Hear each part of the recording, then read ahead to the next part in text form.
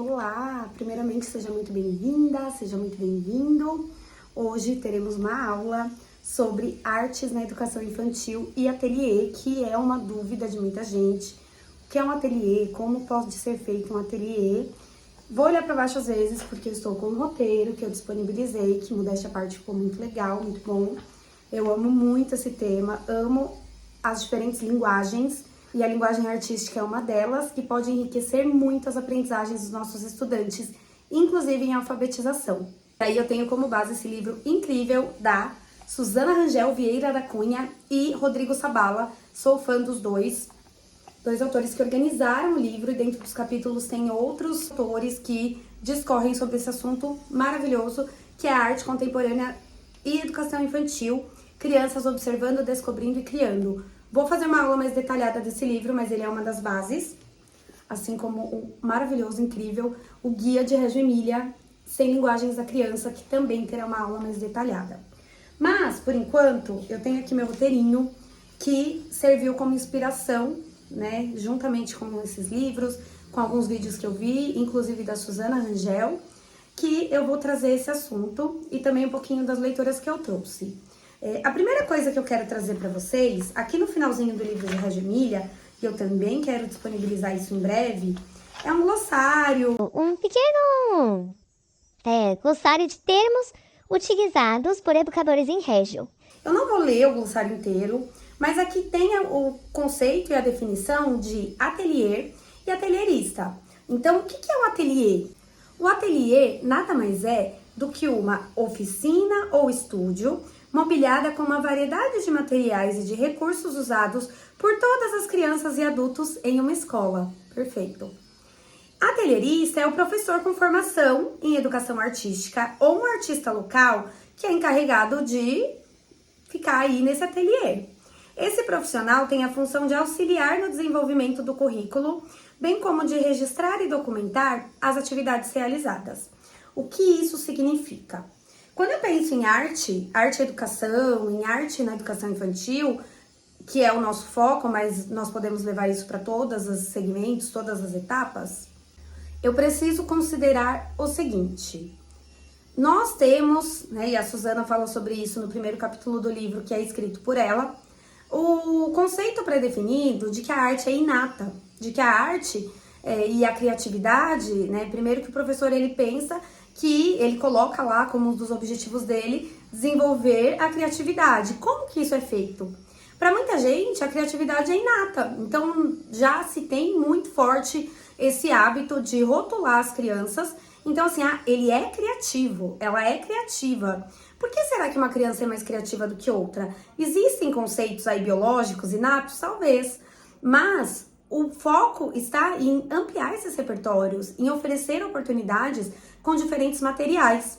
Então, o que eu preciso levar em consideração? Que por mais que a criatividade ela tenha aí, né, a criança livre, ela vai desenvolver algumas experimentações, eu preciso ter variação em recursos, em suportes, em materiais. Então, o ateliê, ele deve estar rico. Então, o que eu preciso levar em consideração quando eu penso no conceito de arte na educação, de arte na educação infantil? Eu preciso demonstrar ter variedades em suportes, em materiais, para que a criança, com também um amplo repertório, né, ela precisa conhecer diferentes obras, ela possa aí desenvolver sua criatividade e criar e fazer diferentes releituras, desenhos de observação, enfim. Mas aí tem um conceito também que a autora Suzana traz aqui nesse livro, que é o quanto nós, às vezes, usamos práticas fragmentadas de uma escola de antigamente. Então, a arte mudou. Como que eu sei disso? Em breve eu vou falar. A arte mudou ao longo do tempo. E por que a escola insiste em manter a arte da mesma forma de antigamente?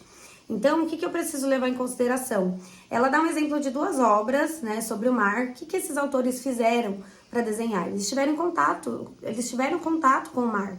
Eles não simplesmente, que legal o mar, vou colar um monte de plástico azul e pronto. Não que isso não seja arte ou não pudesse ser arte, mas para que eu faça uma atividade, que eu proponha uma atividade com as minhas crianças sobre o mar, ela precisa sentir a água, ela precisa ver diferentes formas de água, ela precisa ampliar esse conceito dela de água, inclusive ver obras sobre o mar. E aí sim, eu vou dar aí uma variação e eu posso direcionar esse trabalho Não precisa ser desenho livre, desenho espontâneo o tempo todo.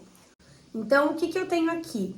A transformação em arte, muitas vezes, ela se dá simplesmente pela releitura. Vamos fazer uma releitura de Mona Lisa? E aí, quando eu proponho uma releitura de Mona Lisa, será que eu simplesmente mostro a Mona Lisa para essas crianças? E pronto. Ah, Mona Lisa, vamos fazer releitura. A releitura, ela é a melhor forma de aprender arte? Ou de estar em contato com a arte? Ela é boa? Pode ser. Mas ela é a única forma? E quando eu vou propor uma releitura, eu quero uma cópia? Eu quero um desenho de observação? Se eu quero um desenho de observação, qual que é a minha intenção com esse desenho de observação? Eu tenho falado muito no Instagram ultimamente sobre intencionalidade, sobre a importância da intencionalidade. Então, eu preciso ter intencionalidade nas minhas propostas para minhas crianças, mesmo que nessas propostas as crianças e não os adultos fiquem livres. Então, a releitura ela ainda está muito presente nas escolas, né, e de formas muito estereotipadas. Então, nós temos hoje muito esse exemplo da Mona Lisa, e aqui eu mostro para você como que eu tenho aí no meu desenho de Mona Lisa a obra original, mas quantas releituras de Mona Lisa eu tenho? Eu tenho uma Mona Lisa do Romero Brito, que é uma forma de gato. Eu tenho uma releitura da Mona Lisa com a Mônica, da Turma da Mônica.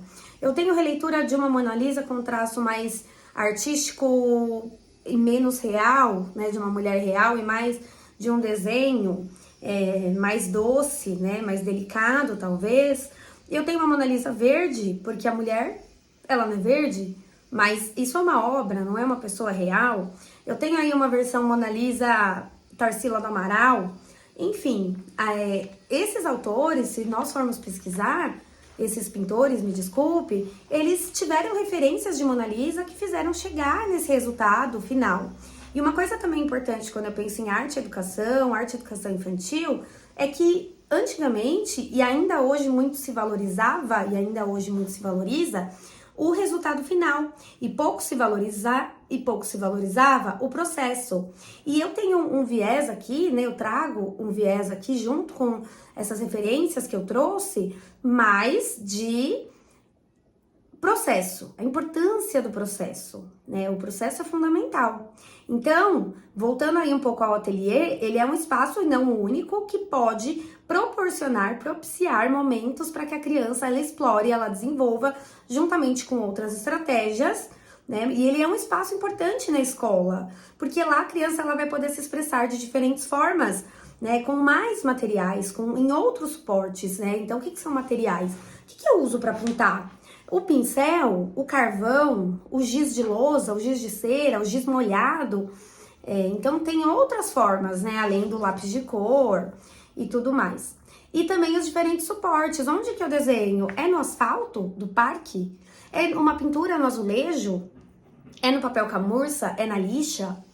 É no craft? Então, o ateliê, ele tem lá essa demanda de materiais que eu posso levar para outros lugares também, né? E devo, mas ele vai reunir tudo lá e ele vai ser um espaço para desenvolver as atividades artísticas, de preferência com muita qualidade. Então, a arte, ela propõe conexões diferentes com obras. Então, eu vou trazer diferentes obras, ou eu vou trazer uma obra em diversas formas. Isso é importante, porque a arte, ela conecta diferentes obras e referências para trazer aquele produto final. E o meu foco não está no produto final. O meu foco está em toda a referência. E a criança, ela deve ter repertório para produzir. Então, a criança, ela não vai produzir... Eu tenho uma criança que nunca foi à praia. Como que eu vou pedir um desenho de uma praia?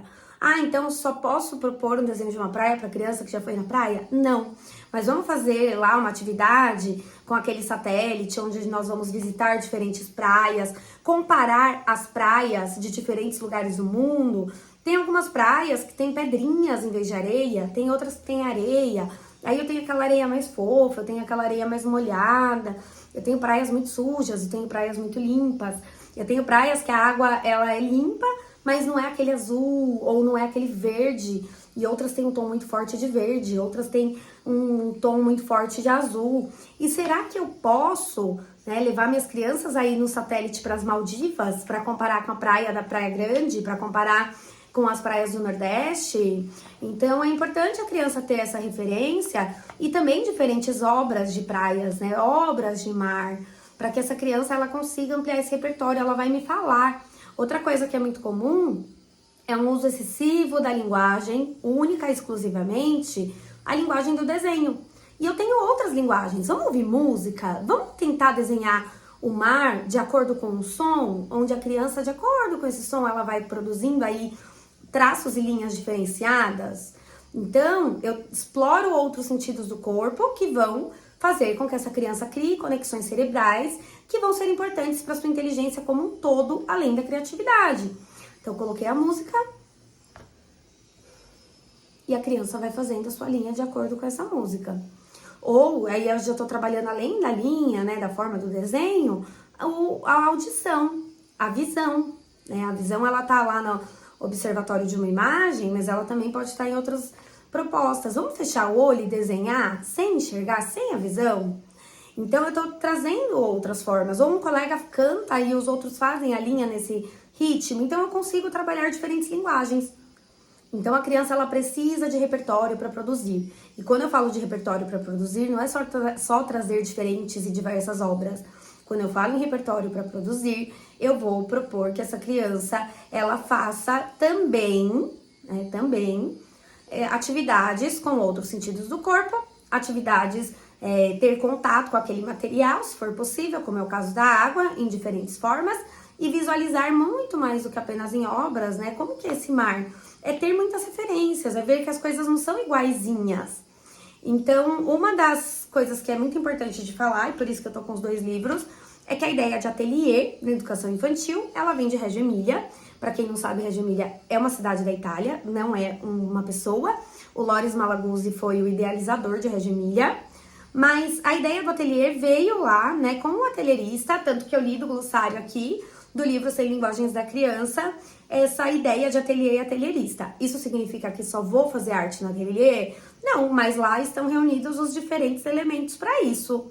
Agora, uma questão muito importante de levar em consideração, né, já que nós já falamos do local e das referências e do repertório, é pensar por que a escola não acompanhou as mudanças ao longo do tempo. Então, nós precisamos com urgência repensar nas práticas pedagógicas escolares. E aí, eu trago alguns exemplos, né, que são exemplos que a Suzana traz também em alguns momentos aí do repertório que eu criei, né, para criar esse roteiro, porque eu não vou fazer um roteiro de uma aula de um assunto que eu não sei nada, que eu não domino nada. Então, ela fala sobre o Gustave Doré, que foi um pintor de contos, inclusive eu usei no meu TCC lá em 2011, eu gostei muito, a imagem da Chapeuzinho Vermelho com Lobo, e era uma imagem diferente, né, antigamente eram usadas, né, enquanto linguagem artística, imagens mais sinistras, digamos assim. E hoje, nós temos imagens mais infantilizadas, então nós tínhamos imagens mais reais, mais com um levezinho, uma pegadinha aí de assustador. E agora não, nós temos mais infantilizados, com características mais marcantes, né? Sem ser aquela pessoa muito real, aquela imagem muito parecida com a figura humana real. Então, a arte mudou? A arte mudou. Veja como era representado um desenho da Chapeuzinho Vermelho antes e como está sendo representado um desenho da Chapeuzinho Vermelho agora. Outro exemplo é a Turma da Mônica. Como que era a Mônica lá atrás? E no decorrer do tempo, como que foi sendo essa construção de uma nova Mônica? Por que existiu essa mudança na Mônica? Então, é importante a gente levar isso em consideração, que a arte mudou. E a escola continua, segue batendo na mesma tecla, fazendo as mesmas coisas. Então, se eu tenho uma Mônica hoje, inclusive jovem, muito bonita, muito real, muito parecida aí com o mangá, né? Então, existe referência, existe inspiração, existe repertório. E como que foi a primeira Mônica? Que características que ela tinha? E como que ela foi mudando, né? E por que na escola a gente continua fazendo as mesmas coisas? Outra coisa que nós precisamos ir contra é os estereótipos, né? Casinha com macieira e chaminé. No Brasil, nós temos casas com chaminé com frequência, nós vemos com facilidade. Eu nunca vi uma macieira, de verdade. Você já viu?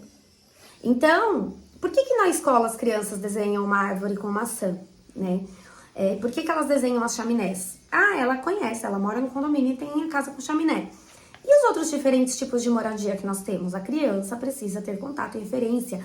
Vamos dar uma volta no bairro, Ah, vamos fazer uma atividade aí com frutas, vai ter desenho, vamos na feira, vamos no mercado, vamos na quitanda, vamos na horta. Então a criança precisa ter contatos diferenciados muito mais do que várias obras para seguir. Outra coisa também comum, né, é a cor de pele. Qual é a cor de pele? Existem muitas cores de pele, né? Existe diversas. Hoje em dia nós sabemos, né, que o capitalismo fez com que algumas empresas adotassem aí as caixas com cores diferentes de pele, o que é muito positivo, mas ainda é muito reproduzido, né, o estereótipo da cor de pele, do menino e menina, o azul de menino, o rosa de menina. Em arte, nós devemos ir contra esse tipo de estereótipo. Total, quase todos os estereótipos. Se o menino quisesse desenhar e pôr lá roupa rosa, eu não vou questionar. Ah, não, mas você é menino, por que sua roupa tá rosa? Então, é deixar a criança ser livre também, né, sem esse tipo de estereótipo. Aí, aqui o que eu já falei, que devemos valorizar muito o processo e não apenas o resultado, porque a criança vai aprender pelo processo. Se eu quiser emagrecer, eu vou ter todo um processo de mudança de alimentação, eu vou ter todo um processo de exercícios físicos. Ah, mas eu operei. Eu tenho um processo também pré-operatório, operatório e inclusive de recuperação. Então, o processo ele vai chegar naquele resultado final e você aprende no processo. Eu quero aprender um idioma, eu não acordo amanhã falando idioma. Eu estudo esse idioma de diferentes formas. Então, em artes não é diferente, na escola não é diferente. Vamos parar de hipervalorizar o produto final e valorizar também o processo. Então, eu dei aqui um exemplo já algumas vezes, em algumas aulas, em algumas lives, né, sobre o menino que pintou uma mulher verde, e a professora falou, mulher não é verde, e ele falou, isso não é uma mulher, é um desenho. Eu acho isso genial, porque por mais que a gente possa, sim, intervir, né, e ensinar técnicas, e trabalhar técnicas com a criança, nós também precisamos sair dos estereótipos, né, então, não, ela tem que ter uma cor de pele, seja ela qual cor de pele for. E, né, aqueles estereótipos hipervalorizados. Então, se eu falar para uma criança, vamos fazer um desenho, a criança que fizer uma casinha linda, maravilhosa, com chaminé, quadradinha, muito diferente das casas que nós temos hoje, ai, que desenho maravilhoso. Agora, uma criança que vai fazer um prédio lá, quadradão, com as janelas, tudo, ele é muito mais real, mas nem sempre é valorizado. Precisa ser tudo real? Não, como eu falei, se eu tenho diferentes repertórios, eu tenho diferentes formas aí de trazer. Mas não deixamos de saber que a gente tem que tomar cuidado com esses estereótipos. E também muito cuidado com reproduções iguais, né? Então, por exemplo, que às vezes são maquiadas. Ainda é muito comum na educação infantil painéis de EVA prontos, né? Feitos pelos adultos e para os adultos. Ah, porque a gestão gosta, porque os pais gostam. Ai, porque é maravilhoso. Maravilhoso para quem? O que a criança aprendeu nesse processo de construção? Ele escolheu. O que ela aprendeu? Ela pode escolher tantas coisas na vida dela, né? O que é escolher um painel? Ela cortou, ela rasgou o EVA, enfim. E nós sabemos que muitas escolas exigem. Então, mande esse vídeo para as pessoas que exigem isso. Para quem sabe, assim, a gente tentar mudar. Se uma pessoa mudar um pouquinho o seu olhar sobre arte, educação infantil e infância, eu já ganhei um prêmio. Então, outro cuidado que nós temos que ter, né, aquelas reproduções iguais, onde eu tinha lá o saci, aí eu dei o gorrinho vermelho, e todo mundo tinha que desenhar o mesmo saci, pintar na mesma cor. Isso são reproduções, não são produções. E nós estamos por crianças que produzam e não reproduzam. No final, eu vou fazer um exercício muito interessante para você. Então, cuidado. Eu vou fazer colagem com elementos da natureza, mas todo mundo tem que fazer uma borboleta. 2 folhas, aquele centro. Às vezes eu dei até o centro impresso. Tem problema dar um desenho com interferência, né? Uma cabecinha para a criança desenhar o corpo? Não. Mas se a criança vai desenhar um corpo mais gordinho, mais magrinho, e aí é a criança, o cabelo curto, o cabelo comprido, a roupa sem roupa, na praia, não na praia. Aí que eu vou fazer esse olhar, ter esse olhar diferenciado pro que eu estou propondo e pro que eu estou exigindo dessas crianças já desde muito cedo. Porque depois nós vamos chegar ao resultado final que eu vou falar. Opa!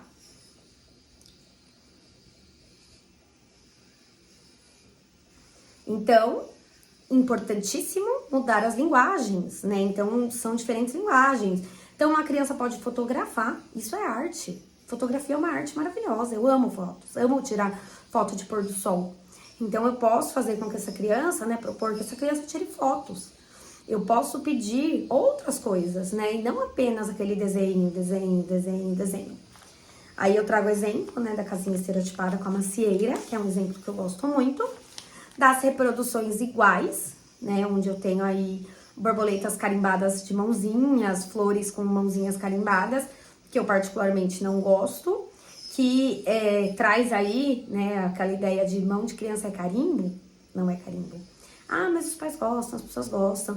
Vamos pensar em práticas mais significativas, né? Em vez de uma mão carimbada, por que eu não peço pra criança desenhar? Ah, ela quer, a mãe quer recordar o tamanho da mãozinha. Então, vamos fazer outra forma de exploração dessa mão, né? A criança contornou, e aí ela cortou o desenho e fez, enfim, né? Aí eu tenho também a borboleta, né? A borboleta que eu tenho que tomar cuidado do que seria essa colagem. Se é uma colagem sempre igualzinha ou se é uma colagem onde a criança vai escolher aí o que ela quer, o que ela acha que faz sentido, com o repertório, com o material, né? E aí eu tenho também, né, diferentes formas de desenhar o sol. Aí eu trago esse exemplo. O que é um sol? Né? O sol é amarelo de verdade? O sol ele tem esses rainhos assim saindo? Ou é um sol estereotipado? E aí vamos fazer uma releitura de sol, e aí vamos propor diferentes atividades, sols de diferentes cores, em que horário clareia o sol numa região, em que horário o sol se põe em outra região. Na Itália, no verão, o sol se põe 10 horas da noite. Então vamos ver vídeos, vamos explorar esse assunto, né? Isso é muito Reggio Emília. Um sol com carinha, ele é prudente, ele é interessante de apresentar, mas a criança fez, por que ela fez? Qual a referência dela para fazer? Enfim, né? E aí eu tenho os desenhos de pessoas também, né? Figura humana, que são às vezes mais infantilizados, mais reais, mas é pra gente pensar mesmo, né? No que eu tô trazendo pra minha criança. E aí algumas práticas que devem ser deixadas de lado, como carimbos de mãozinhas, onde a gente vai pensar em práticas mais significativas, porque se a gente parar para pensar em qual o significado daquilo que está sendo proposto, muitas vezes nós não vamos encontrar. E muitas práticas que não fazem mais sentido hoje em dia são feitas por adultos e para os adultos, como o caso, né, dessas mãozinhas carimbadas, porque os pais gostam. Gente, o médico não fala assim, ah, o pai gosta, a mãe gosta. Ele faz o que ele tem que fazer porque ele é o profissional que estudou para isso. E nós temos que nos valorizar enquanto profissionais. Eu terminei de seguir o meu roteiro e agora eu quero propor um exercício muito interessante. Para tudo que você está fazendo, pausa esse vídeo, vai pegar um lápis, canetas, tintas, o que você quiser de material. E pode ser um sulfite, o suporte, um sulfite branco, ou um sulfite colorido, o que você quiser. Mas eu vou sugerir uma folha em branco, que aí que eu tenho uma outra referência também que eu vou explicar um dia mais pra frente. Aí você vai pausar esse vídeo e vai fazer um desenho. Um desenho livre, desenho o que você quiser. Pausa o vídeo, faz tudo e depois você volta pra cá. Voltou? Desenhou? Desenhou mesmo ou manteve aí?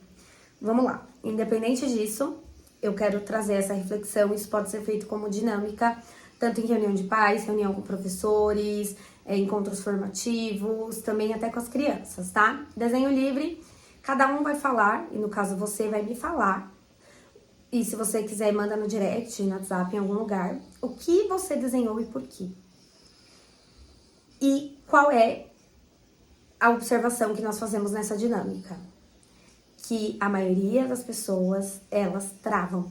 Nós travamos. Por que nós travamos? Porque a nossa referência foi muito empobrecida. Então, ou nós vamos fazer os estereotipados, e aquilo assim, muita gente fala assim, ah, eu cresci falando que, todo mundo me falando que eu desenho bem. Na verdade, eu copio bem, porque meus desenhos são boas cópias.